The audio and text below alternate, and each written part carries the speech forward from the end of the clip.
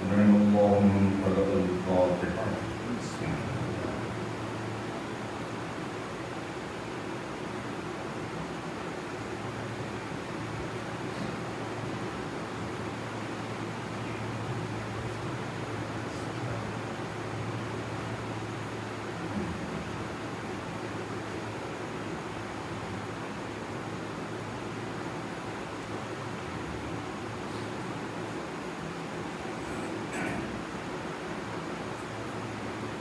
أعوذ بالله من الشيطان الرجيم.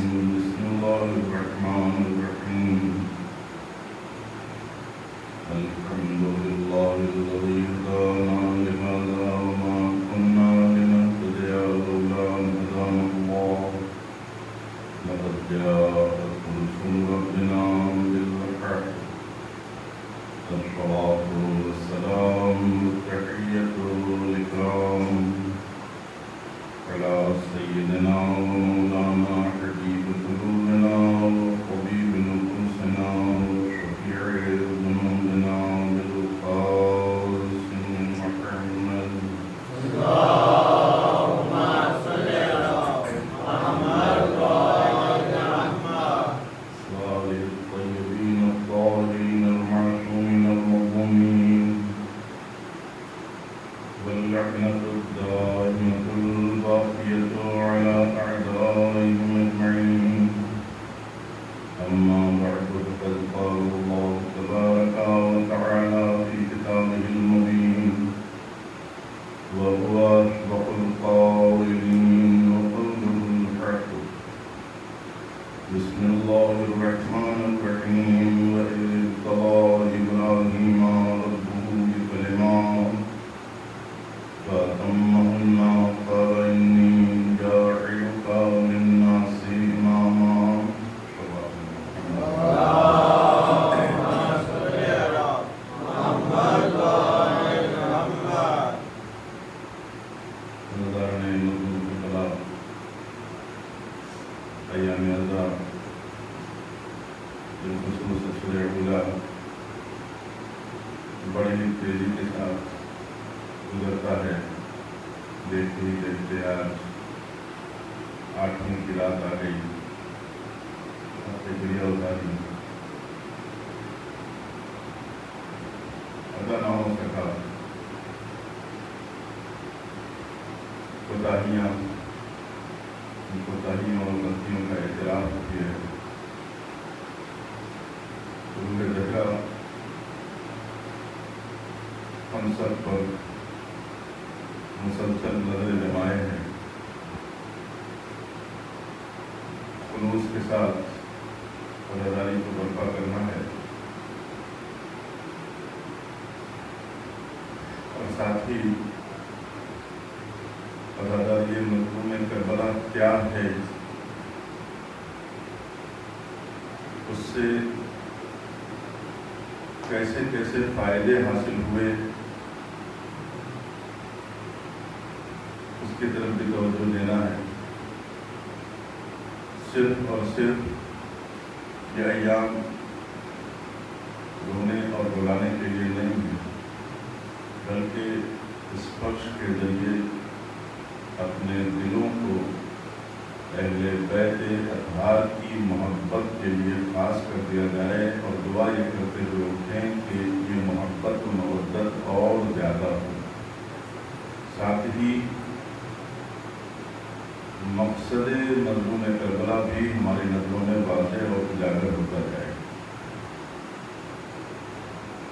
کیونکہ اگر ہم مظلوم کی پہچان نہ کر سکے اور یہ 10-12 دن گزر گئے تو رونے کا ثواب اس پر تو کوئی اعتراض نہیں کر سکتا. ثواب دینے والا اللہ ہے. جو کلیہ ازاری کر رہے ہیں ثواب میں ملے گا، اس میں ہماری کوئی دخل اندازی کوئی رائے نہیں ہے. نہیں کوئی یہ کہہ سکتا ہے کہ یہ دکھاوا کر رہے ہیں، وہ دکھاوا کر رہے ہیں، ریاکاری کر رہے ہیں. اپنا اپنا دیکھو، کسی کے اوپر الزام نہ لگاؤ. نہیں معلوم کس کے آنکھوں سے نکلنے والا آنسو رومال چہرہ کے زینت بن جائے. پر کچھ باتوں کی طرف توجہ دینا ضروری ہے. آج وفادار کا تذکرہ کرنا ہے.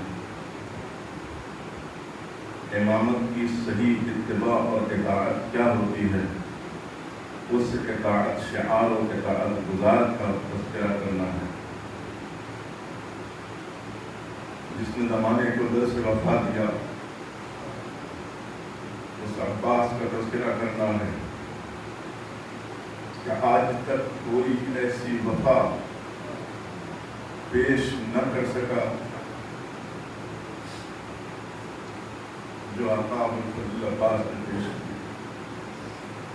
لہذا مظلوم کربلا کے مقاصد کے ساتھ ساتھ آقا ابوالفضل عباس کی شخصیت کو بھی پہچانا ہے کہ اگر ہم بے وفا ہیں، سیاہ کپڑوں میں ملبوس ہیں، مجلس الماتم برپا کر رہے ہیں، تو ہمارا علاقہ عباس سے تعلق کیا ہے؟ اگر ہم میں اطاعت آقا ابوالفضل عباس کہ جس کی کوئی مثال نہیں دی جا سکتی، وہ جذبہ پیدا نہ ہوا، یعنی امام وقت کی اطاعت، اگر وہ جذبہ ہم میں پیدا نہیں ہوتا، کیونکہ عباس نام ہے حسین ابن علی کی کامل اتباع اور پیروی کرنے والے ہیں.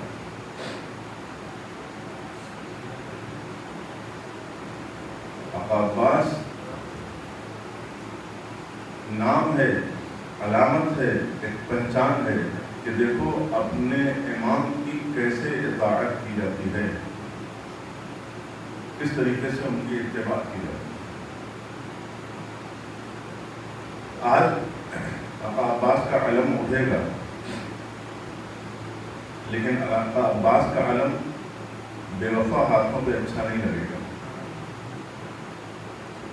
غدار ہاتھوں پہ اچھا نہیں لگے گا. جن کے دلوں میں امام حسین کی اطاعت اور اتباع کی فکر ہو، انہی ہاتھوں میں علم اچھا لگے گا. کوئی غدار اٹھائے پھر آقا عباس کا علم تو جذبہ عباس کو ٹھیس پہنچے گی. حسینیت شناسی، حسینیت کی پہچان کیا ہے؟ یہ علم نشانی ہے کربلا والوں کی. کن حالات میں آقا عباس اس علم کو لے کر آگے بڑھے ہیں، اور حتی الامکان حتی المقدور کوشش یہی کی کہ علم نہ گرنے پائے، کیونکہ کربلا میں یہ علم اسلام کی نشانی تھا. تو آج یہ علم اگر ہے تو آج بھی یہ علم اسلام کی نشانی ہے. لہذا علم کی طرف وہ نہ بڑھے کہ ہم علمدار بنیں گے. بہت لوگ کہتے ہیں کہ ہم نے سب کے سب علمدار ہیں. نہیں، علمدار کوئی کھیل نہیں ہے، علمداری کھیل نہیں ہے، اتنا آسان کام نہیں ہے. اب ہم پوری تاریخ نہیں پیش کریں گے کہ نبی کریم کے زمانے سے امام حسین تک علمداری کے چرچے آپ حضرات سنتے رہتے ہیں. آج کل یوٹیوب کا زمانہ ہے، فیس بک اور انسٹاگرام، سوشل میڈیا پر سنتے رہیں کہ علم کی داستان کیا ہے. تو یہی علم تھا جو بدر و احد، خیبر و خندق میں لہرایا گیا. وہی علم آیا ہے کربلا کا، جسے آقا عباس نے اٹھایا. تو یہ علم غداروں کے ہاتھوں میں نہیں اچھا لگے گا. بے وفا جو اپنے بھائیوں سے بے وفائی کر رہا ہے، جو بھی اپنے بھائیوں کا حق مارے ہوئے ہے، اسے یاد رکھنا چاہیے کہ یہ عباس کا علم ہے جس نے اپنے آپ کو کبھی بھائی نہ سمجھا، ہمیشہ حسین کا غلام سمجھا. لہذا اس کی طرف بھی توجہ رہے، بہت زیادہ توجہ رہے. امام وقت کی اطاعت جسے اچھی نہ لگتی ہو وہ آقا عباس کے علم کے قریب نہ جائے. یعنی جو 100% امام وقت کا مطیع بن کر رہا، ان کا پیروکار بن کر رہا، ان کے حکم پر عمل کرنے والا بن کر رہا، اسے عباس کہتے ہیں۔ ان باتوں کا تذکرہ ضروری ہے، اگرچہ ہم جو ہے وہ آخری امام کے سلسلے میں موضوع لے کر چلے تھے، کچھ باتیں پیش کریں گے، لیکن چونکہ اب زیادہ وقت نہیں بچا ہے، آج 8ویں کی رات ہے، کل تاسوعہ کی رات ہوگی، پرسوں عاشورہ کی رات ہوگی، وقت زیادہ نہیں ہے، تو ابھی تک ہم نے کربلا کی طرف توجہ بھی خاص طور کے اوپر نہیں دی، صرف مسائل۔ تو کربلا شناسی بھی ضروری ہے یا نہیں ضروری؟ کربلا والوں کو پہچاننا ضروری ہے یا نہیں ہے؟ مختصر سی تعداد ضرور ہے، لیکن صبح قیامت کے لیے ایک علامت اور نشانی اور پہچان بن گئی ہے یا نہیں؟ ہر سال ہم کربلا کا تذکرہ کرتے ہیں اور لگتا ہے کہ بس اسی سال کا معاملہ ہے یا نہیں ہے؟ 1948 میں جب سے یہ اسرائیل منحوس بدبخت عربوں کے بیچ میں آیا ہے، اس وقت سے امت مسلمہ پر بالخصوص فلسطینیوں پر ظلم ہو رہا ہے، لیکن 48 میں 49 میں جو فلسطینی مارے گئے، ان کے اپنے بھی ان کا غم بھول گئے۔ 60 میں جو مارے گئے، ان کے اپنے بھی بھول گئے۔ ظلم ہوئے، نہ جانے کتنے روئے زمین کے اوپر، مسلمانوں پہ حملے ہوئے، بے دردی کے ساتھ قتل کیے گئے، لیکن کتنی ہی بے دردی سے کوئی مسلمان کیوں نہ قتل کر دیا گیا ہو، 1-2 سال اس کا چرچا رہتا ہے، پھر اس کا غم مٹ جاتا ہے، بھلا دیا جاتا ہے۔ یہ ہے معجزہ حسین ابن علی کا ذکر کا، یہ ہے معجزہ حسین ابن علی کا ذکر کا، کہ یزید کے زمانے سے مسلسل عزاداری پر پابندیاں عائد ہونے کے باوجود حسینیوں کے گھر جلائے جا رہے ہیں، حسینیوں کی گردنیں اڑائی جا رہی ہیں، حسینیوں کو ارسٹ کیا جا رہا ہے۔ آج بھی آپ دیکھ لیں سیریا میں کیا ہو رہا ہے، بحرین میں جا کر سبیلوں کے اوپر حملہ کر دیا، سیریا میں پورے موقع اڑا دیے انہوں نے، ہو رہا ہے۔ لیکن کیا یہ سمجھ رہے ہیں کہ ان یزیدان وقت کی دھمکیوں سے عزاداری رک جائے گی؟ نہیں رک پائے گی، کبھی نہ رکی ہے، بلکہ اضافہ تو نظر آ رہا ہے۔ پہلے کچھ ملکوں میں حسین حسین تھا، اب امریکہ میں بھی امام حسین کے چاہنے والوں نے اٹھا کر علم بتا دیا کہ زینبی کردار بنو، یزید کے دربار میں حسین کا ماتم کرو۔ امریکہ میں حسین کا ماتم، یعنی یزید کے دربار میں امام حسین کا ماتم۔ کون ہے یہ یزیدان وقت ہی تو ہیں، یہ نیتنیاہو ملعون، یہ امریکہ، ڈونلڈ ٹرمپ، یہ سب کون ہیں؟ اگر یہ دونوں ختم ہو جائے، ان کی ظالم حکومتیں ختم ہو جائیں، تو دنیا سے آتنکواد کا خاتمہ ہو جائے۔ یہ سب یزید وقت کتابیں، یزید وقت کے پیروکار ہیں، ان کے جیسے ہیں۔ تو آج حسینیت کا دامن وسیع سے وسیع تر ہو کر چلا جا رہا ہے نا۔ جس جنگ کو بغیر تلوار، بغیر اسلحے کے، بغیر مال و منال خرچ کیے جیتا گیا ہے، وہ جنگ یزیدیت اور حسینیت کی جنگ ہے۔ مسلمانوں کے بڑے بڑے لشکروں نے تلوار کے بلبوتے پر عجم فتح کر لیا، سیریا پہ قبضہ کر لیا، اسپین پہ قبضہ کر لیا، لیکن آؤ صبر حسینی کی شان دیکھو کہ بغیر کسی اسلحے کے اسپین میں بھی حسین حسین، ترکیے میں بھی حسین حسین، آذربائیجان میں بھی حسین حسین، روس کی سرزمین پر بھی حسین حسین، یعنی دنیا کے ہر گوشہ و کنار میں مظلومیت نے ہر طرف بغیر اسلحہ ہاتھ لیے قبضہ کر لیا۔ دنیا کو یہ پیغام دیا، جو طاقت صبر میں ہے وہ اسلحے میں نہیں ہے۔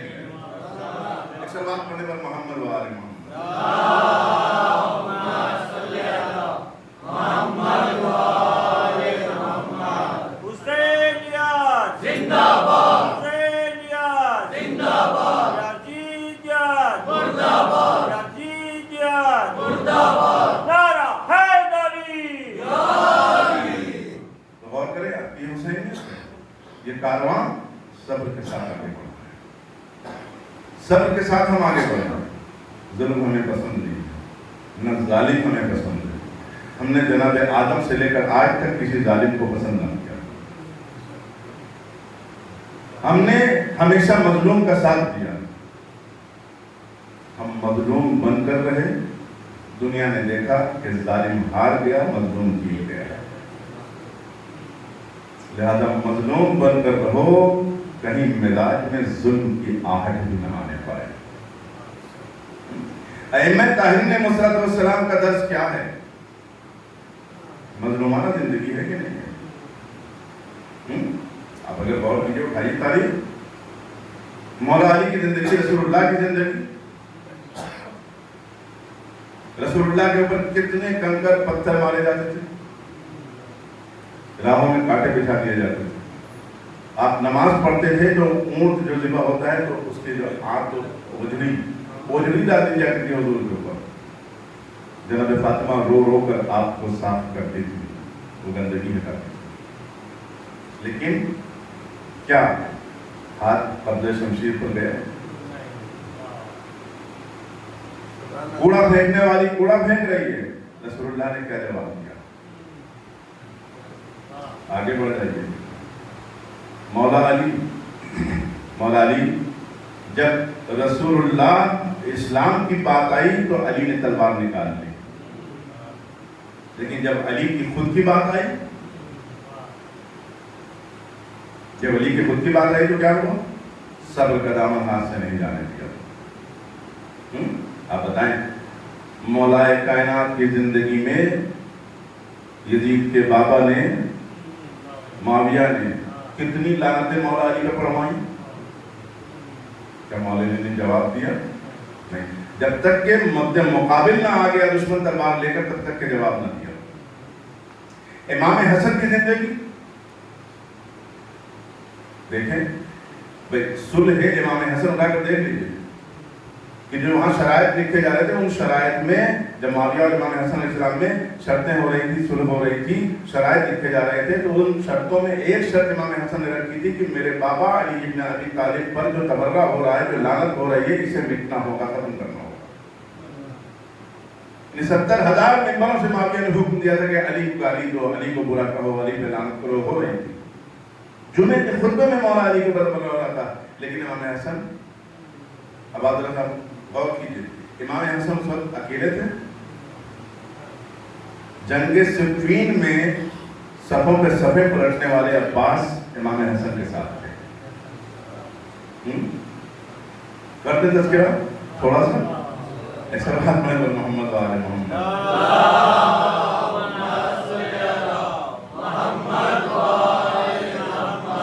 آقا عباس جنگ صفین میں 13 برس کے ہیں. کتنے؟ 13 برس کے ہیں, ٹھیک ہے نا. سن 26 ہجری میں آپ کی ولادت ہے. 13 برس کے ہیں. 13 برس کیا بچے ہی تو کہا جائے گا. لیکن جنگ صفین میں, جنگ صفین کس سے ہو رہی تھی؟ مولا علی اور معاویہ کے درمیان.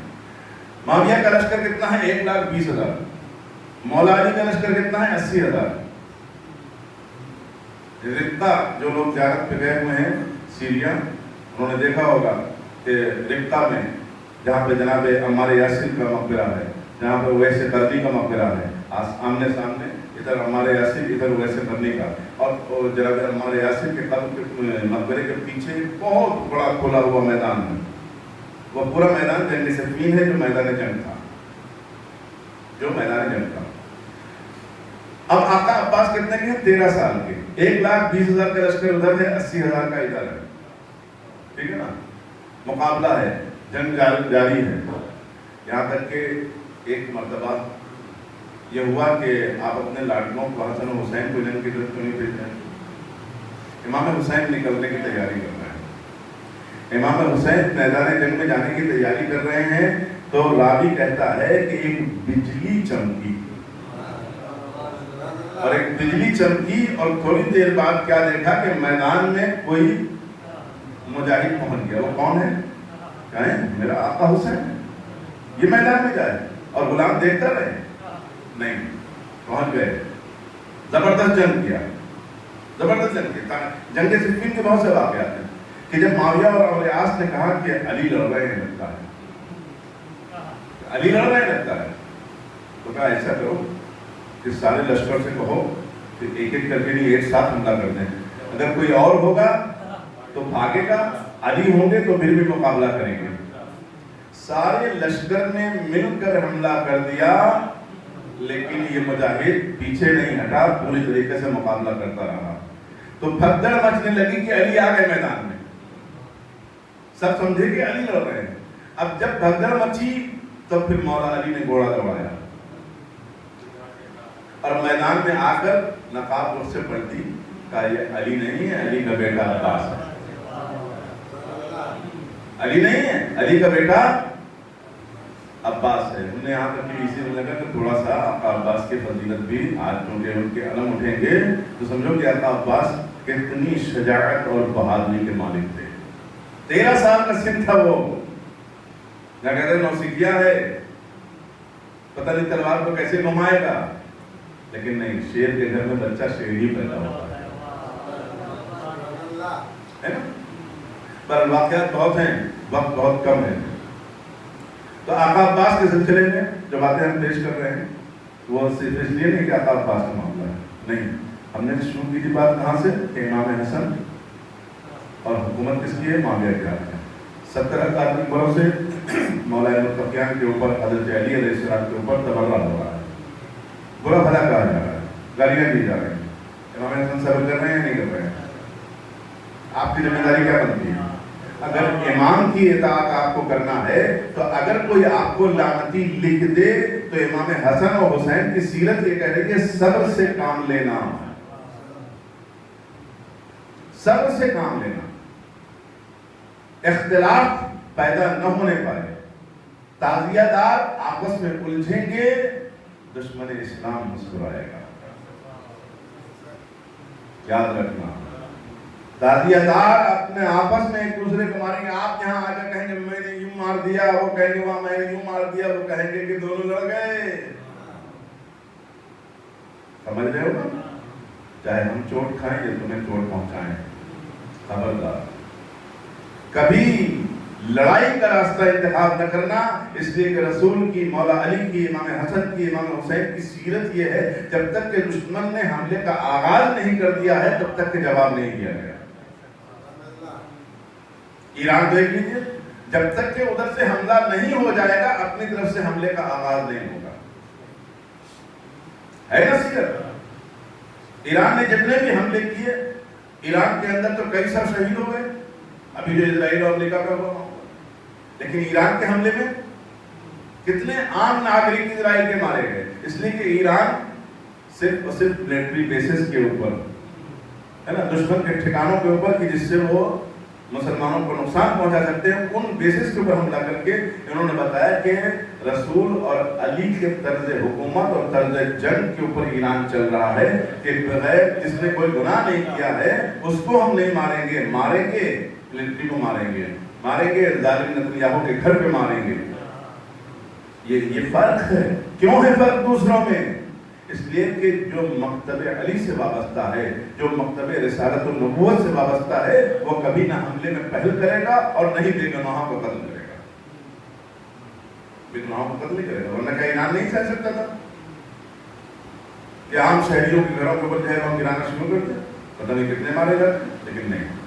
تو امام حسن کی سیرت محمد حنفیہ جیسا زبردست جنگجو کہ معمولی نہیں ہے. جناب محمد حنفیہ کو معمولی نہ سمجھیے گا. محمد حنفیہ صفین میں بھی اور جنگ جمل میں. جنگ جمل کس سے ہوئی تھی؟ مولا علی حضرت عائشہ سے, ہے نا. وہ حضرت عائشہ کا لشکر تھا, آیا تھا جو مولا علی سے لڑ رہا تھا. اس جنگ میں مولا علی نے محمد حنفیہ کو بھیجا تھا. جبکہ محمد حنفیہ ایک مرتبہ پیچھے ذرا سا گھبرائے کیونکہ تیروں کا مہ برس رہا تھا. اس وقت کیا کہا محمد حنفیہ نے کہ آپ امام حسن کو کیوں نہیں بھیجتے ہیں؟ تو محمد حنفیہ کو بٹھایا اور امام حسن کو بھیجا. امام حسن برستے ہوئے تیروں میں لڑ رہے تھے اور یہاں تک کہ حضرت عائشہ جس گھٹنی پر بیٹھی ہوئی تھی اس کے گھر پیر کاٹ دیے, ناکا زمین پر گر گیا, جنگ ختم ہو گئی. سمجھا؟ اتنے بہادر, اتنے شجاع, اتنے دلائر امام حسن, ان کے ساتھ امام حسین جیسا شجاع اور بہادر. کہ بہادری کی اگر مثال دیکھنا ہے تو امام حسین کی شجاعت جنگ صفین میں نہر فرات پر قبضہ کرنے کے ذریعے سے نہیں سمجھنا، بلکہ 3 دن کی پیاس اپنے جوان علی اکبر جیسے قربان کر دینے، اپنے عباس جیسے بھائی کو قربان کر دینے کے بعد ایسی جنگ لڑنا کہ لشکر جا کر کوفے کی دیواروں سے ٹکرائے، یہ ہے شجاعت و بہادری حسین جانی، یہ ہے شجاعت و بہادری۔ تو امام حسین امام حسن کے ساتھ ہیں، آقا عباس موجود ہیں، جو جنگ صفین میں ہلچل مچا دے امام حسن کے بازو میں ہیں، محمد حنفیہ موجود ہیں، مسلم ابن عقیل موجود ہیں، اور علی اکبر موجود ہیں، اور کون موجود ہے؟ امام سجاد، سب موجود ہیں، ایک سے ایک بہادر ہیں، لیکن نہیں، امام حسن نے کہا کہ ہماری طرف سے حملہ ہونا چاہیے۔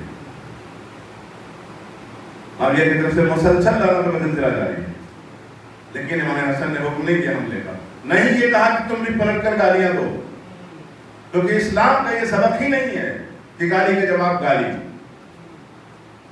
نہیں ہے۔ امام حسین کا زمانہ آتا ہے، وہی سلسلہ جاری ہے، لیکن امام حسین نہیں کر سکتے تھے، نہیں کر سکتے تھے، لیکن نہیں کیا، صبر سے کام کیا۔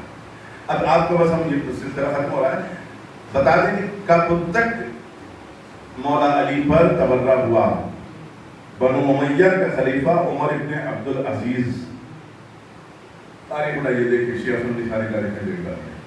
عمر ابن عبدالعزیز کا جو زمانہ آیا، وہ خلیفہ بنایا گیا، تو اس نے آ کر سب سے پہلے مولا علی پر جو تبرہ ہو رہا تھا اس کو ہٹایا، اور جمعے کو خطبوں میں جہاں مولا علی پر لعنت کی جا رہی تھی وہاں پر یہ آیت کرتی ان اللہ یأمر بالعدل والاحسان وایتاء ذی القربی، یہ آیت کرتی ہے۔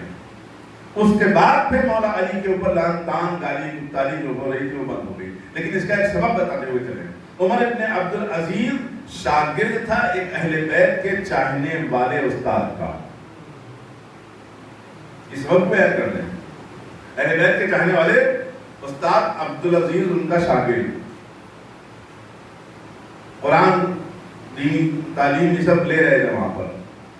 ایک دن وہ استاد گلی سے کوفے گزر رہا تھا، دیکھا کوفے کے بچے کھیل رہے ہیں اور سب مل کر مولا علی کو گالیاں دے رہے ہیں، اور عمر ابن عبدالعزیز بھی انہی کے ساتھ کھڑا ہوا ہے۔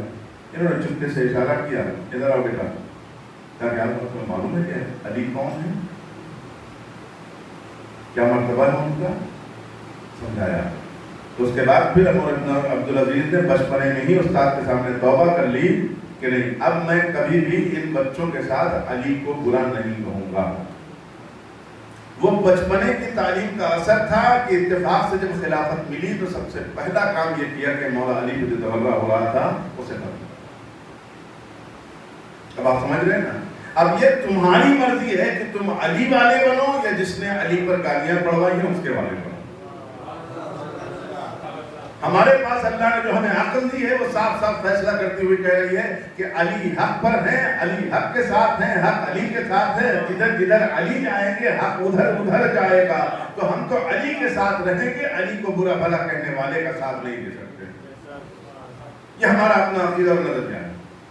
پر جو باتیں ہم نے شروع کی تھی کہ حسینیت کی شناخت، حسینیت کی شناخت کیا ہے، حسینیت کی پہچان کیا ہے؟ صبر سے کام لینا۔ ظلم ہماری پہچان نہیں بننا چاہیے، ہمارے مزاج میں ظالم کی ذرہ برابر بھی محبت نہیں آنا چاہیے۔ کربلا میں آپ اگر غور کیجئے تو کربلا میں مختلف قبیلوں کے لوگ تھے، وہاں مختلف قبیلوں کے ساتھ ساتھ رنگ و نسل بھی الگ الگ ہے، عہدہ اور منصب دیکھیں، غلام بھی ہیں وہاں پر، غلام ترکی امام سجاد کا غلام، جون یہ بھی غلام ہیں کہ نہیں ہیں، تو سالم غلام، یہ سب غلام ہیں، غلام بھی موجود، آقا بھی موجود، زمیندار بھی موجود، جناب حبیب بن مظاہر زمین و باغات والے ہیں، ہر طرح کا وہاں پر مجمع ہے، لیکن فکر فکر ایک ہے، فکر الگ نہیں ہے۔ اگر حسین نے کہہ دیا کہ مثلی لا یبایع مثلہ، مجھ جیسا اس یزید جیسے ملعون کی بیعت نہیں کر سکتا، تو جو حسین کا جملہ ہے وہی حبیب کا، وہی جون کا، وہی سالم کا، وہی غلام ترکی کا، وہی بنی ہاشم کا، وہی اصحاب انصار کا۔ کسی نے بھی 3 دن کی پیاس کے بعد یہ نہیں کہا کہ امام ذرا سا سوچ لیجئے، اب تڑپائی دے رہی ہے پیاس، کوئی مشورہ دینے والا نہیں ہے۔ کوئی تاریخ یہ لکھتی ہوئی نظر نہیں آتی۔ بہت سے لوگ امت مسلمہ کو گمراہ بھی کرتے ہوئے نظر آتے ہیں۔ ہم نے 3-4 دن پہلے یہ بات پیش کی تھی کہ خارجی کون ہوتا ہے، پیش کی تھی نا بات؟ کیا بات پیش کی تھی؟ خارجی کسے کہتے ہیں؟ باہر والے کو کہتے ہیں نا۔ بھائی آپ کا یہ گھر ہے، آپ کے یہاں ہے، یہاں پر اگر آئے گا آپ کو کوئی مارنے کے لیے تو کہہ جائے گا خارجی آیا تھا، باہر والا آیا تھا، حملہ کر کے گیا، تو مجرم کون کہا جائے گا؟ جو باہر سے حملہ کرنے آیا ہے نا۔ آگے ذہن میں باتیں پوری ریپیٹ کرنے کی ضرورت نہیں ہے نا۔ تو امام حسین نے کربلا کی سرزمین خرید لی، اور خرید کے دنیا کے ہر ملا مفتی کو یہ پیغام دے دیا کہ یزید آیا تھا ہماری زمین پر ہمیں قتل کرنے کے لیے، لہذا خارجی یزید ہے، حسین نہیں ہے۔ حسین تو اپنی زمین کے اوپر تھے، وہ پوری پراپرٹی حسین خرید چکے تھے۔ پھر بنی اسد کے قبیلے کو بلا کر کہا کہ یہاں ہم شہید کر دیے جائیں گے، اور یہ ہم تم کو ہبہ کر رہے ہیں، ہمیں دفن کرنے کے بعد ہماری قبر کے زائرین کو 3 دن مہمان رکھنا، 3 دن مہمان رکھنا۔ تو زمین کس کی؟ یزید کی نہیں ہے، زمین حسین کی ہے، خریدی ہوئی ہے پورا، ہاں دستاویز کے ساتھ، ایسا ہی نہیں، اس میں زیادہ وقت نہیں لینا ہے۔ تو مسئلہ اگر دیکھا جائے جناب زہرا کے مہر کے لحاظ سے، تو اگر حسین نبی خریدے زمین تو پوری کائنات حسین کی ہے، کیونکہ حسین فاطمہ زہرا کے بیٹے ہیں۔ یہ کس کے لیے خلق ہوئے زمین و آسمان؟ نبی کو کیا خطاب ہے کہ اے حبیب، اگر آپ کو پیدا کرنا، خلق کرنا مقصود نہ ہوتا تو نہ یہ زمین ہوتی، نہ یہ آسمان کا شامیانہ ہوتا، کچھ بھی نہ ہوتا۔ جو کچھ بھی ہے وہ نبی رحمت کی وجہ سے ہے۔ تو حسین کون ہے؟ حسین منی، حسین مجھ سے ہے اور میں حسین سے ہوں۔ تو اب جتنے سمندر ہیں حسین کے ہیں، جتنی ندیاں ہیں سب حسین کے ہیں، جتنے تار تلئیے ہیں سب حسین کے ہیں، جتنی زمینیں ہیں وہ حسین کی ہیں، جتنے پہاڑ ہیں وہ حسین کے ہیں۔ اب یہ بتاؤ کہ یزید جیسا نحس وجود کیا ہے کہ یزید کے دادا کے صدقے میں کائنات بنی یا حسین کے نانا کے صدقے میں؟ ابو سفیان پر لعنت، نعرہ حیدری،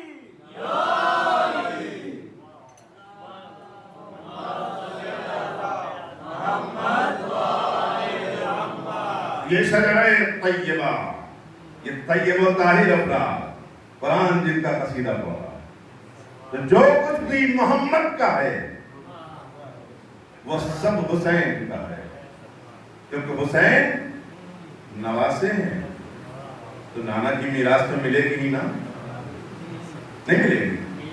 بیٹی تو ایک ہی ہے نا، فاطمہ، اور تو بھائی کوئی ہے نہیں دعوے دار۔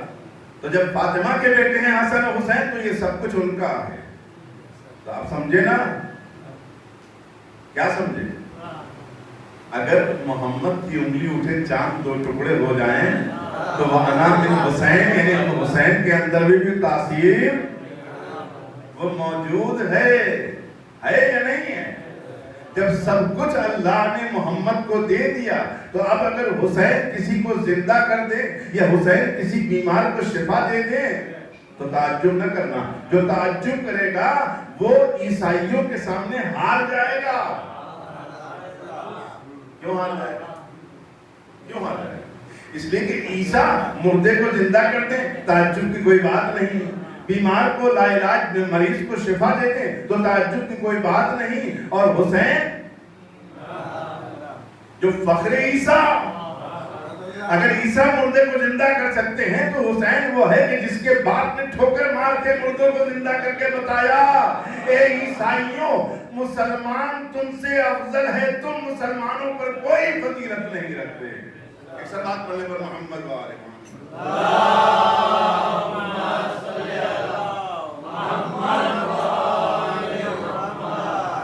نہیں بات کرنے کا مقام۔ لہذا سمجھنے کی ضرورت ہے، سمجھنے کی ضرورت ہے۔ تب سب کے معاملے میں باتیں بڑھائی تھی ہم نے کہ مقصد حسین کو سمجھو، حسین کی معرفت پیدا کرو۔ عزاداری کیا ہے؟ عزاداری فتنہ برپا کرنے کا نام نہیں ہے، بلکہ جو کردار کربلا کے مختلف قبیلوں، کربلا میں مختلف قبیلوں سے آئے ہوئے جمع چھوٹے سے لشکر نے پیش کیا،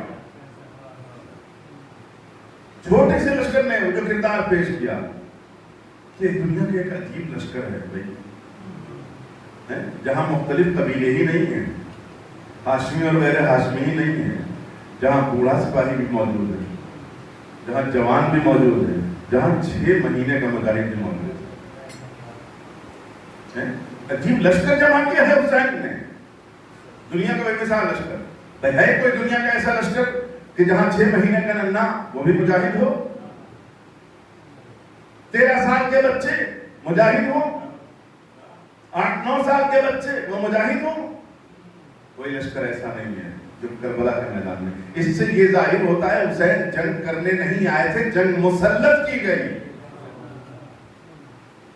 جو جنگ کرنے آتا ہے وہ زبردست لشکر جنرال لے کر آتا ہے، لیکن مدینے سے کربلا تک کسی بھی جگہ حسین یہ نہیں کہہ رہے ہیں کہ آؤ آؤ چلو چلو یزید سے جنگ کرنا ہے، نہیں، مکے سے بالخصوص یہ کہتے ہوئے چلے کہ ہم موت کی وادی میں جا رہے ہیں، ہم موت کی آغوش میں جا رہے ہیں، ہم قتل ہونے کے لیے جا رہے ہیں، جسے ساتھ میں رہنا ہے وہ یہ سوچ لے کہ وہ بھی قتل ہوگا۔ ایسا کوئی ہے فرماندار؟ ایسا کوئی ہے سردار؟ سرداروں کو تو فکر ہوتی ہے جنگ میں کہ بلایا جائے مجمع، لیکن یہ کیسا سردار ہے؟ اور وہ آخری مہر شب عاشور لگا دی حسین، جاؤ۔ اب سمجھے نا کہ مزاج حسینیت کیا ہے؟ مزاج حسینیت جنگ پسندی نہیں ہے۔ بہت سے لوگ کچا کھا جاتے ہیں حسن و حسین میں کہ حسن کا مزاج صلح کا مزاج تھا، حسین کا مزاج جنگ کا مزاج تھا، لیکن شب عاشور سب کو رخصت کر کے بتایا کہ اگر یہ مجھے قتل کر دیں گے تو پھر تمہیں نہیں ستائیں گے، چلے جاؤ۔ تو جس کا مزاج جنگ کا ہو وہ لشکر جمع کرتا ہے، اپنے چھوٹے سے لشکر کو رخصت نہیں کرنا چاہتا۔ لہذا حسن کا جو مزاج ہے وہی حسین کا، جو حسین کا مزاج ہے وہی حسن کا مزاج، دونوں میں کوئی فرق نہیں، کسی بھی طریقے سے کوئی فرق نہیں۔ لہذا شب عاشور جاؤ، نہیں جا رہے ہو تم کو جنت کی ضمانت دیتا ہوں۔ اللہ اکبر، کون دے رہا ہے؟ جنت کے جوانوں کا سردار، لیکن کوئی نہیں اٹھتا ہے۔ تب حسین نے کہا جیسے اصحاب مجھے ملے میرے نانا کو نہ ملے، جیسے گھر والے مجھے ملے ویسے کسی کو گھر والے نہ ملے، کیوں؟ اس میں سے کوئی ایک بھی حسین کو چھوڑ کے جانا نہیں چاہتا، کوئی ایک بھی حسین کو چھوڑ کر جانا نہیں چاہتا۔ لہذا توجہ دیں اس بات پر کہ حسینیت کیا ہے۔ صلح پسند ہے حسینیت، حسینیت صلح پسند ہے۔ اچھا، یہ لوگ بس مثالیں پیش کرتے ہیں۔ آج جو ہے اس موضوع کے سلسلے میں معذرت خواہ ہیں کہ نوجوانوں کے سلسلے میں بات کریں گے تو وہ کمی ہو جائے گی،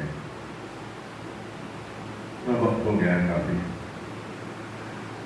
اگر آپ تھوڑا سا غور کیجیے کہ جو وہاں سے کوفے سے لشکر پہ لشکر آ رہے تھے، بہت بڑی بڑی تعداد تو نہیں تھی نا۔ آقا عباس نے جنگ صفین میں معاویہ کے 1,20,000 کے لشکر سے اکیلے جنگ کی تھی۔ کتنا؟ 1,20,000۔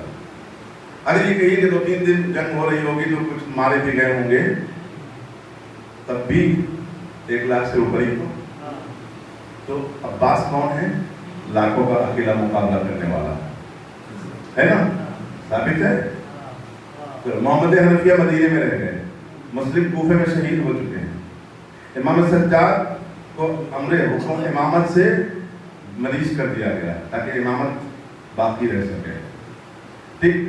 ابھی آپ مقتل سنیے, ہم سے نہیں کسی سے بھی کتابوں کو دیکھیے کہ جب جناب قاسم نے حملہ کیا 13 برس کا بچہ, 13 برس کے بچے نے لشکر یزید میں ہلچل مچا دی. غور کیجیے گا, بہت باریک سی بات پیش کر رہے ہیں, بہت بڑی بات نہیں ہے.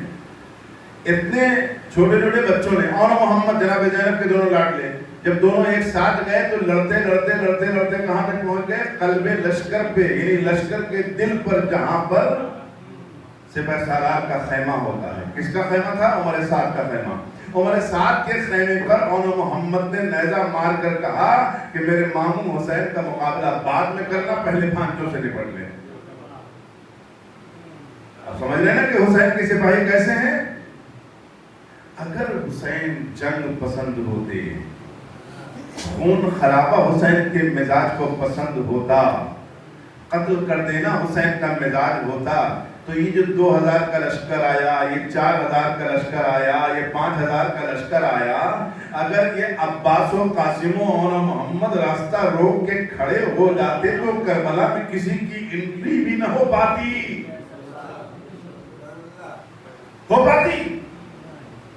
کسی کی انٹری نہیں ہو پاتی. ارے جو بھرے لشکر میں ہلچل مچا دے, اگر وہ بنی ہاشم مل جل کر یہ 4000 کے شمر کرے, سارا کیا حیثیت رکھتا تھا, اسی وقت ختم ہو جاتے. عاشورہ تک کی نوبت ہی نہ آتی, آتے رہتے, موت کی چکی چلتی رہتی اور کاٹے جاتے, کیونکہ ابھی سب کے سب سیلاب تھے. روزے عاشورہ 3 دن کی پیاس تھی, لیکن 4 محرم کو سب سیلاب تھے. کر سکتے تھے نہیں کر سکتے تھے. اب مزاج حسین پہچانو. اگر حسین کو قتل کرنا پسند تھا تو آنے والے ہر لشکر پہ حملہ کر کے, پسپا کر کے, قبضہ کر لے کے آگے بڑھتے نہیں. لیکن اس صابر امام کو سلام, اس صلح پسند امام کو سلام, اس انسانیت کے تحفظ فراہم کرنے والے حسین کو سلام, کہ جس نے اپنے چچادار بھائی, اپنے سگے بہنوئی مسلم ابن عقیل کی شہادت کی خبر سن کر کوفے کا رخ نہ کر کے کربلا کا رخ کیا. اگر حسین ان جیانوں کو لے کر کوفے کی طرف بڑھتے تو ابن زیاد اپنے بزرگوں کی طرف بھاگتا نظر آتا, کوفے میں ہلچل نظر آتی. جو حسین اکیلا اس بڑے لشکر سے ٹکرا کر کوفے کی دیواروں سے لشکروں کو ٹکرائے, کوفے کے قریب ہر کا 1000 کا رسالہ کیا تھا؟ اون محمد کافی تھے, اکیلا قاسم کافی تھا, لیکن نہیں, مزاج میں صلح رچی بسی تھی. انسانیت کا تحفظ دل و دماغ میں تھا, کیونکہ یہ رحمت للعالمین رسول کے نواسے تھے.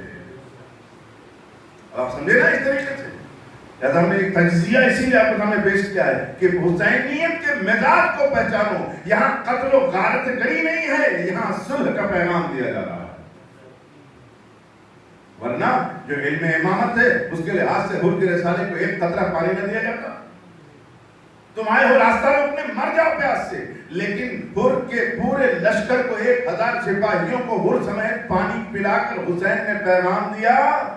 وہ اور ہوتے ہیں جو موقع کا فائدہ اٹھا کر دشمن پر حملہ کرتے ہیں.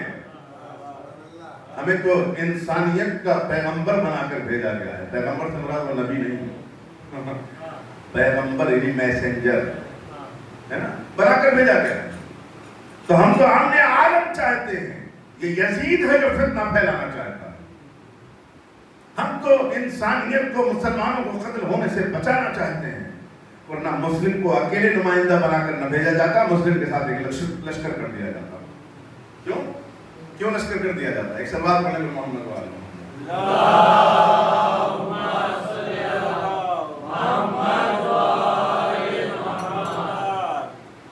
لشکر, اس لیے کہ مولا علی کا زمانہ حسین نے دیکھا ہے نا, جانتے ہیں نا کہ کوفیوں نے کیا کیا. امام حسن کا زمانہ دیکھا ہے نا, جانتے ہیں.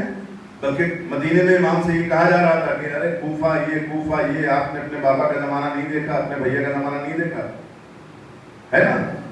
تو اب امام جانتے ہیں کہ کوفے والے کیا ہوں گے, تو امام پہلے سے اہتمام و انتظام کر دیتے کہ ایک لشکر چھوٹا سا مسلم ابن عقیل کے ساتھ بھیج دیتے کوفے میں جا کر قہر مچا دیتے مسلم. کہا نہیں، ایسے کو بھیج رہا ہوں جس کا نام ہی مسلم ہے. ایسے کو بھیج رہا ہوں جس کا نام ہی مسلم ہے. مسلم یعنی اکڑو نہیں، مسلم یعنی جو فرما بردار ہو اللہ کا، جو صلح چاہتا ہو، جو آشتی چاہتا ہو، جو امن چاہتا ہو. تب حسین کا مزاج پہنا کہ مسلم کی شہادت کی خبر ملنے کے بعد بھی جہاں آقا عباس تیور بدل کے آ گئے تھے سامنے، سمجھایا نہیں عباس، حر کو قتل ہو جانے دیتے. حسین یاد ہے جس وقت حر نے لگا میں فرق ہاتھ ڈالا، نکل پڑی تھی شمشیر حیدری، آ گیا تھا جلال عباس کو، لیکن اللہ نے اطاعت شعار عباس، اللہ نے اطاعت شعار عباس کہ حکم حسین پر تلوار ہو گئی. ایک بات بتائیں، اگر ہم ہاتھ یوں چلا دیں تو آپ لاکھ کہیے کہ مت مت مت مت، ہاتھ رک نہیں پاتا ہے جب تیزی کے ساتھ چلتا ہے. تیز رفتاری کے ساتھ جب ہاتھ گھوم گیا تو فوراً روک لینا. یہ ہے اطاعت امام کی منزل کہ حسین کی زبان سے لفظ نکلے عباس کی تلوار تھم گئی، ورنہ خیبر میں یاد ہے مرحب کیسے دو ٹکڑے ہوا تھا، اور ویسے ہی دو ٹکڑے ہوئے جاتے ہیں. یہ ہے عباس، مقام معرفت عباس. اللہ اکبر، کس شخصیت کا نام ہے آقا عباس. بچپنے سے کیا تھے؟ اپنے آپ کو حسین کا غلام بنا کر پیش کرتے. کیوں؟ اس لیے کہ جب 20 رمضان کی شب گزر گئی، 21ویں کی رات آئی ہے، تو مولا علی سب کو امام حسن کے حوالے کر رہے تھے.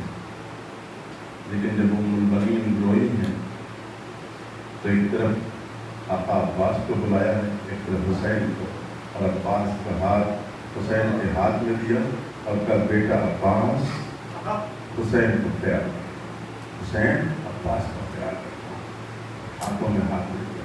وقت آئے تو حسین پر اپنی جان قربان کر دیا. بچپنے سے حسین جانتے، عباس جانتے ہیں. اور یہ تو آخری وقت ہے مولا علی کی زندگی کا ایک واقعہ ہے کہ امام حسین کا کیا تھا کہ وہ بچپنے سے ان کو پیاس بہت لگتی تھی. امام حسین بچپنے سے انہیں پیاس بہت لگتی تھی. مسجد ہے، بیٹھے ہوئے ہیں، امام حسین نے کہا بابا پیاس لگ رہی ہے. مولا علی نے کہا قمر جاؤ حسین کے لیے پانی لے کے آؤ. عباس بھی نہیں موجود تھی. جیسے جب بات نے سنا کہ عباس کے ہوتے ہوئے بابا نے قمر کو بھیجا ہے میرے مولا کو پیاس بجھانے کے لیے، دوڑے ہوئے خود گئے اور جا کر کہا مادر گرامی میرے آقا پیاسا ہے، مجھے پانی کا جام دے. اب حسین نے اپنی ماں سے پانی کا جام لیا، اب عباس نے ماں سے پانی کا جام لیا اور بھاگتے ہوئے آ رہے ہیں کہ قمر سے پہلے میں اپنے آقا حسین کو پانی پلا. اب اس وقت کیا ہوا کہ پانی کا جام چھلکا تو عباس کے کپڑے پانی سے بھیگ گئے. حسین تک پانی پہنچایا. علی کی نظریں عباس پر، جب یہ منظر دیکھا تو علی رونے لگے. علی کی آنکھوں میں آنسو آ گئے. اب کیا ہوا کہ ایک دن تو حسین کے بچوں کے پانی کا انتظام کرنے جائے گا، لیکن جیسے آج تو پانی سے نہایا ہے ویسے ہی کل اپنے خون سے نہائے گا.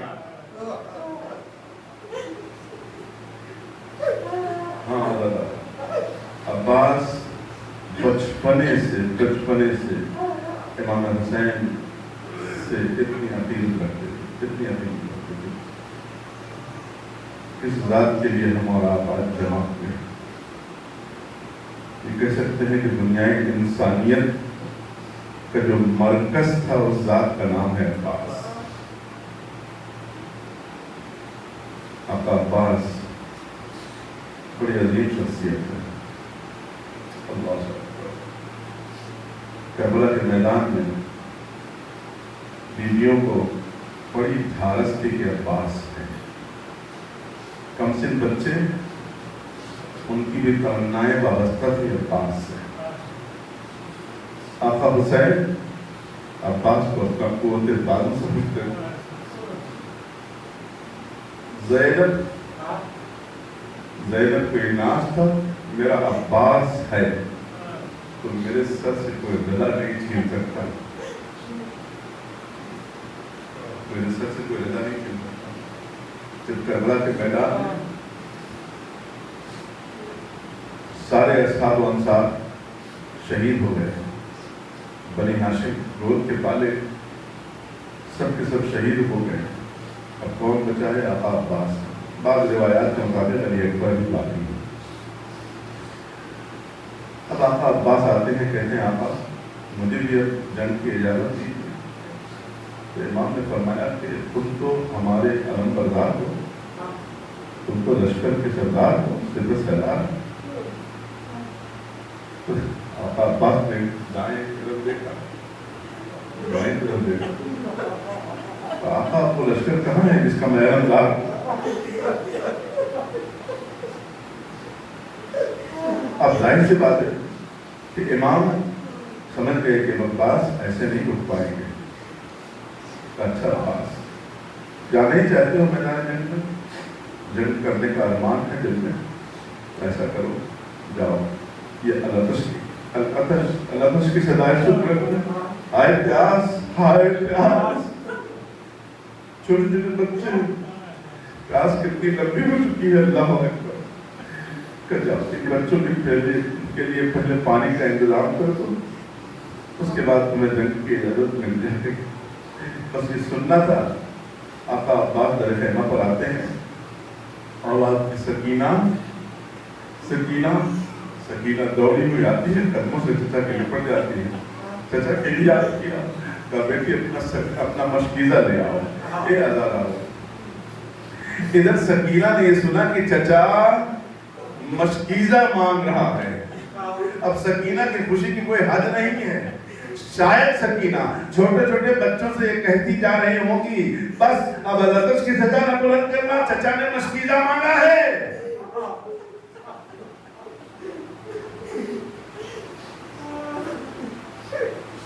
جزاکم اللہ خیر الجزا.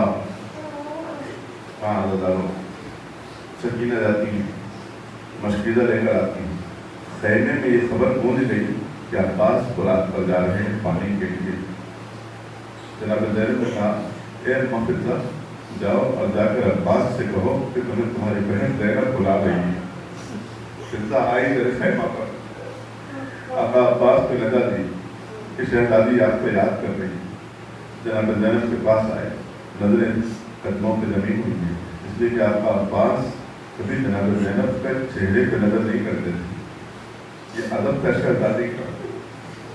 لیکن آج جناب زینب نے ایک سوال کیا, بھیا کیا تم بھی جا رہے ہو؟ کہاں. آقا نے کہا بچوں کے لیے پانی کا انتظام کر دو. بس زینب سمجھ گئی. کہا بھیا میرے پاس بیٹھ جاؤ. بس بیٹھ نہیں رہے ہیں, لیکن جناب زینب نے کہا نہیں عباس آج تم میرے پاس بیٹھو گے میرے بھیا.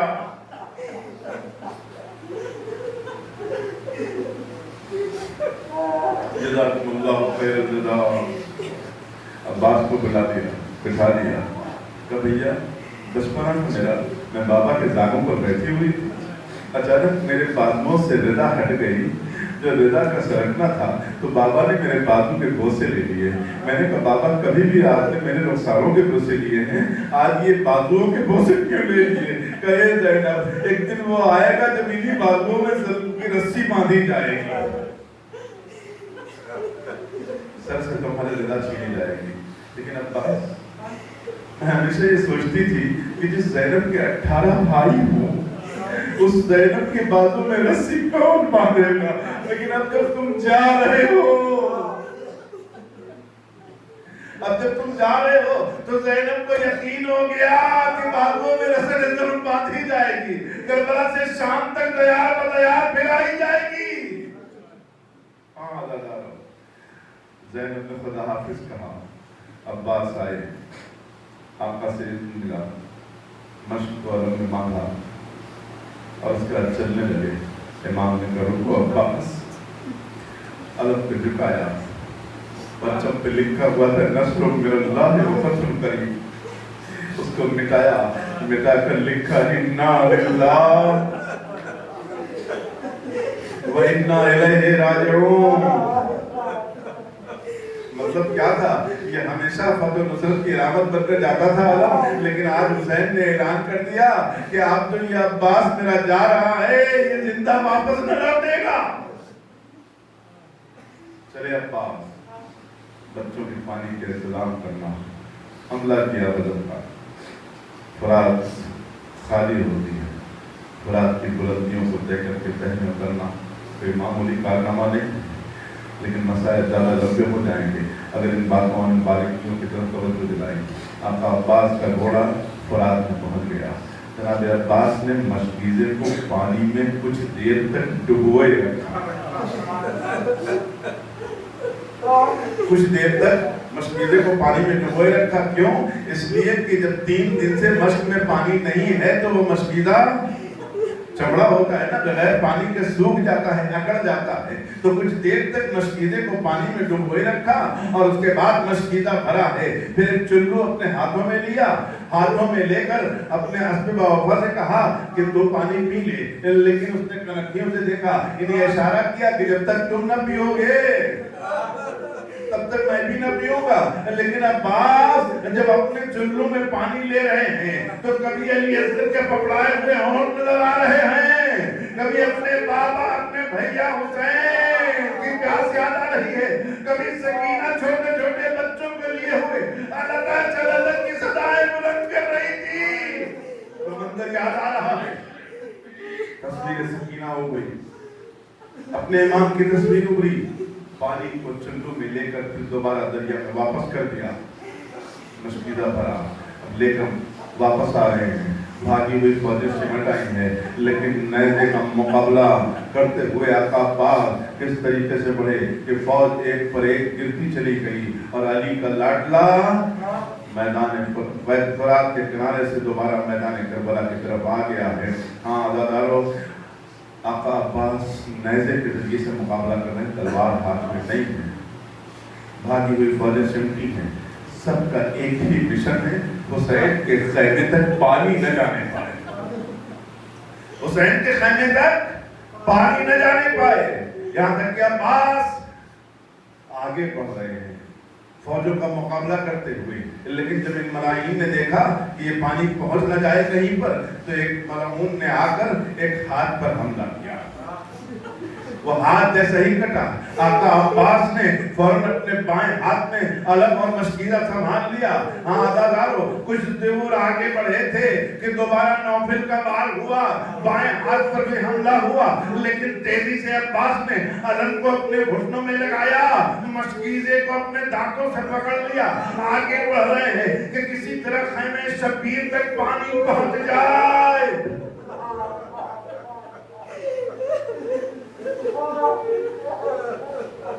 جزاکم اللہ خیر الجزا، پانی پہنچ جائے۔ ذرا سا تصور کریں، انشاءاللہ مصاب ہوں گے، بہت ہی گریہ کریں گے، بہت ہی گریہ کریں گے۔ اب یہاں پر کچھ آپ کا قد و قامت بیان کرنے کے بعد ہم مسائل بیان کرتے ہیں۔ آقا عباس کے بارے میں آپ نے سنا ہے کہ کتنے طویل تھے، کتنے لمبے تھے۔ آقا عباس اتنے لمبے تھے کہ کہتے ہیں اسب 2 رکابہ پہ سوار ہوتے تھے، اسب 2 رکابہ پہ سوار ہوتے تھے، پھر بھی پیر زمین پر رکھ دیتے تھے۔ اتنا قد و قامت والا آقا عباس، تاریخ لکھتی ہے، خطیب پڑھتا ہے کہ گرز گراں سر پہ پڑا، گرز گراں سر پہ پڑ گیا۔ نہیں، اتنے لمبے عباس کے قریب آنے کی ہمت ہی کہاں کسی میں تھی کہ جو آ کے سر پہ گرز مارتا۔ جب عراق کے کسی عالم نے اس پر شک کیا ہے تو اس کے خواب میں آ کر آقا عباس نے کیا کہا ہے کہ تم میری مصیبت کے اوپر شک کر رہا ہے۔ میری مصیبت پر شک کر رہا ہے کہ کس طریقے سے گرد گرا سر پر پڑا ہوگا. اب آقا عباس کہتے ہیں کہ تجھے معلوم ہے میں آگے بڑھ رہا تھا یہاں تک کہ ایک تیر آیا جس سے مشک سکینہ چھڑا. عباس کی تمنا آرزوؤں کا خون بہ گیا کہ دوسرا تیر آیا جو میری آنکھ میں پہلا سو گیا. اتنا بتاؤ, اگر کسی کی آنکھوں میں کوئی تنکا پڑ جاتا ہے تو وہ کیا کرتا ہے؟ ارے یہ ہاتھ تو ہوتے ہیں جو فوراً آنکھ کی طرف بڑھتے ہیں. جب دونوں ہاتھ میرے قلم ہو چکے تھے آنکھوں میں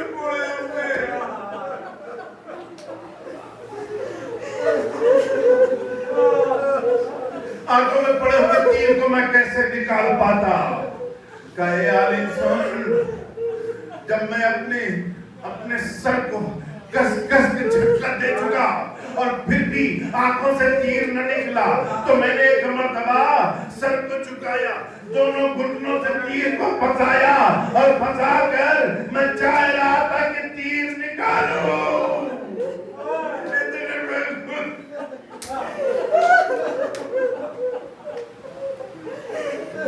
اتنے میں ملعون نے سر پہ گرزے گرا مارا, میں تیورا کے زمین پر آ گیا. ارے یہاں پر وہ منظر ضرور پیش کرنا, ارمان دل زہرا. کیا ہے کہ دیکھو جب میرے لال عباس کے مسائل پڑھو تو اس کیفیت کو ضرور بیان کرنا.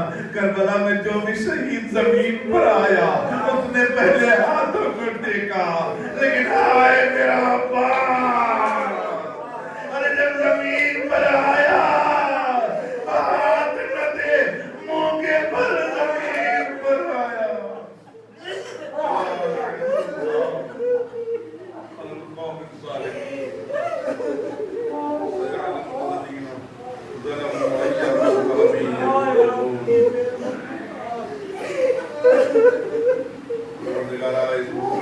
عبادت کو شرف قبولیت عنایت فرما. میرے معبود, میرے پروردگار, زندہ محبان اہل بیت, مومنین و مومنات کی تمام خطاؤں کو, ہم سب کی تمام خطاؤں کو, لغزشوں کو, گناہوں کو صغیرہ میں کبیرہ معاف فرما. ہمارے خیر کی توفیق عنایت فرما. ہمارے دل اور داری کو شرف قبولیت عنایت فرما. ہمیں مقصد حسین سے چلنے کی توفیق عنایت فرما. میرے معبود, جو بیمار ہیں شفا عنایت فرما. میرے پروردگار, میرے معبود, جو بے اولاد ہیں انہیں اولاد صالح عنایت فرما. جو مقروض ہیں ان کے قرضوں کو ادا فرما. میرے معبود, جو جیلوں میں ہیں انہیں رہائی عنایت فرما. جو ظالموں کے ظلم سے زخمی ہیں ان کے زخموں کو شفا عنایت فرما.